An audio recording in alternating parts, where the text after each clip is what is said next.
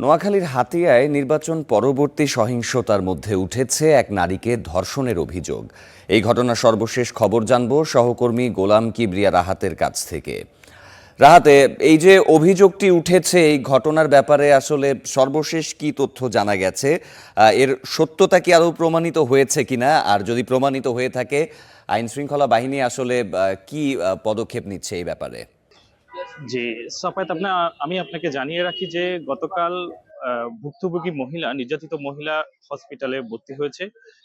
ভর্তি হওয়ার পর তিনি অভিযোগ করছে তাকে ধর্ষণ করা হয়েছে। অভিযোগের পর এখনো পর্যন্ত ভুক্তভোগী মহিলা হসপিটালে অবস্থান করছে এবং এদিকে এই ঘটনা নিয়ে একটি ধূম্রজাল তৈরি হয়েছে দুই পক্ষের মাঝে।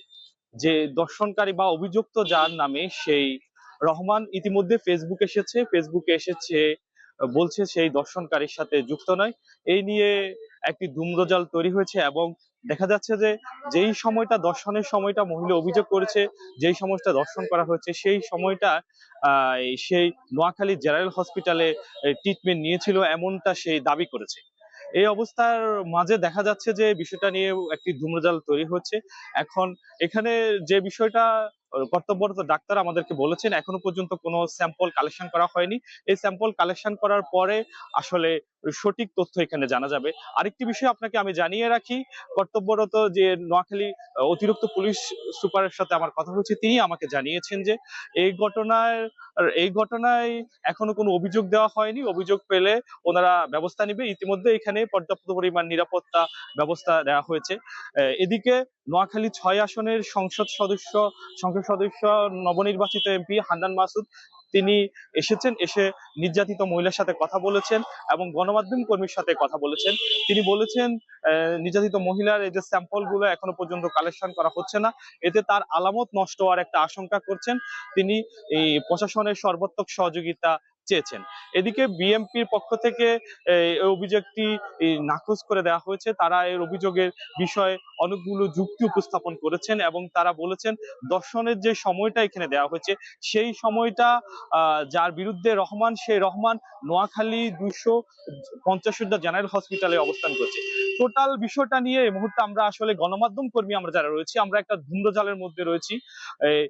পরবর্তীতে আমরা কর্তব্যরত চিকিৎসক এবং পুলিশের যে বক্তব্য পেলে আমরা আপনাকে পরবর্তীতে আপডেটটা জানিয়ে দিতে পারবো। রাহাত, ছোট্ট করে একটুখানি জানতে চাই যে হাতিয়ায় আসলে যে জায়গাটিতে এই ঘটনাটি ঘটেছে, ভুক্তভোগী মহিলা যেখানে থাকতেন, আশেপাশে কোনো প্রত্যক্ষদর্শী কি এই ঘটনার কোনো বিবৃতি দিয়েছে? এখানে আমরা কয়েকজন প্রত্যক্ষদর্শীর সাথে কথা বলেছি। কি প্রত্যক্ষদর্শী তারা কেউ, তার সাথে যারা এসেছে তারা বিবৃতি দিয়েছে যে দর্শন হয়েছে এবং তার স্বামীর সামনে দর্শনটি করা হয়েছে, এমনটা বলেছে। আবার সেইখানের যে চৌকিদার আছে সে বলছে না, এই ধরনের কোনো ঘটনা এখানে ঘটে নাই, তবে ভুক্তভোগী মহিলাকে মারধর করেছে তাদের পাশের প্রতিবেশী, এমনটা বলেছে। আসলে এখানে একটা ধূম্রজাল রয়েছে, সেই কারণে আমরা হয়তো সঠিকভাবে এখনো পর্যন্ত পাচ্ছি না প্রশাসনের পক্ষ থেকে, বা ভুক্তভোগীর যে ট্রিটমেন্টের পরে হয়তো আমরা সঠিক তথ্য আপনাদেরকে জানাতে পারবো। আমি জানিয়ে রাখি, আজ বেলা 12টায় এনসিপির নোয়াখালী জেলায় একটা বিক্ষোভ মিছিল রয়েছে। এই ঘটনায় নোয়াখালী জেলা জামে মসজিদ থেকে তারা বিক্ষোভ মিছিলটি শুরু করবে, এমনটা আমাদেরকে জানিয়েছে এনসিপির যিনি জেলার সমন্বয়ক আছেন। এই ছিল আমার কাছে নোয়াখালীর সর্বশেষ অবস্থা। রাহাত, নিশ্চয়ই পরবর্তী পরিস্থিতি আপনার মাধ্যমে আমরা দর্শকদের জানাবো। আপনাকে ধন্যবাদ।